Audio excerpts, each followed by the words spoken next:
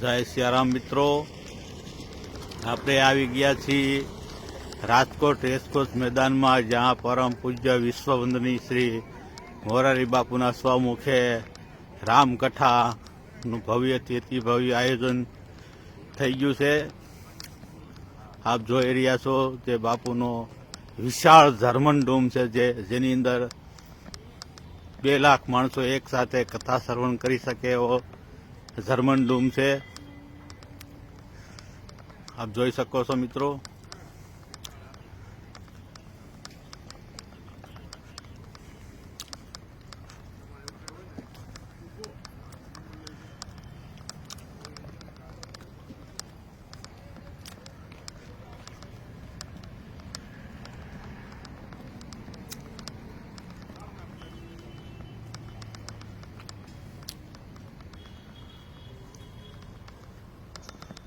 વિશાળ ખુરશી બેઠકો છે, ઘણું બધું છે.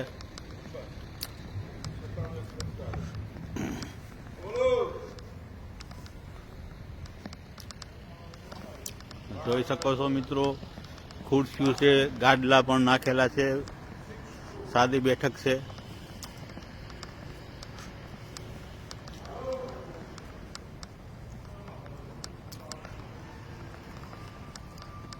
ખૂબ સરસ સુંદર આયોજન કરેલું છે મિત્રો.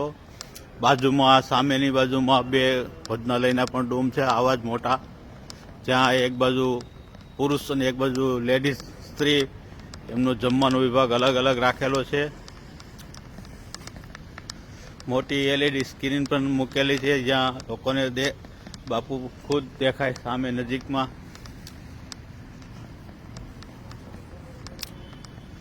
હાલ ડોમ કમ્પ્લીટ થઈ ગયો છે.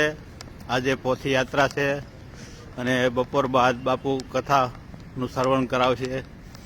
અને આવતીકાલે 24 તારીખથી રાબેતા મુજબ સવારથી 9 વાગ્યાથી બાપુ આવી જશે વહેલા. તો આપ પણ પધારશો.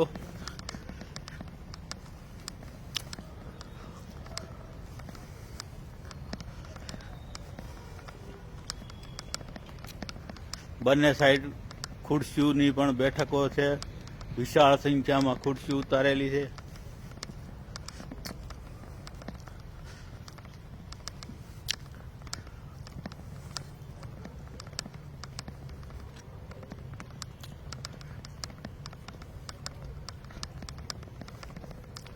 ખૂબ સુંદર આયોજન છે. પધારો મિત્રો, એકવાર આ ઐતિહાસિક કથાના તમે ભાગીદાર બનો. રાજકોટના આંગણે રેસકોર્સ મેદાનની અંદર બાપુની કથાનું ભવ્ય આયોજન કરેલું છે મિત્રો. આપ જોઈ શકો છો, આ VIP બેઠક છે. સામેનો ડોમ છે તે સાધુ સંતો માટેનો, મહેમાનો માટેનો છે. એવો જ એક ડોમ આ સાઈડ પણ કરેલો છે, આપ જોઈ શકો છો.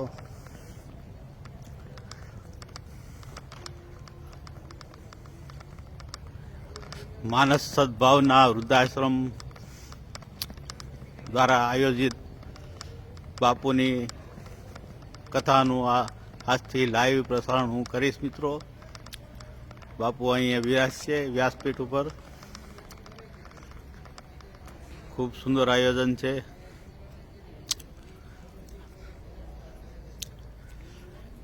આપ જોઈ શકો છો. બાપુનો આ જર્મન ડોમ છે, વિશાળ. અહીં કમસે કમ 2 લાખ માણસો એકી સાથે કથા શ્રવણ કરશે. આપ જોઈ શકો છો, સામે એક ખુરશી બેઠકો છે, એવી જ રીતે આ બાજુ પણ ખુરશીની બેઠકો કરેલી છે. અને આજે આપની હું પાસે અપેક્ષા રાખું છું કે આપ આવશો આ કથામાં. ઐતિહાસિક કથાના તમે પણ સહભાગી બનશો.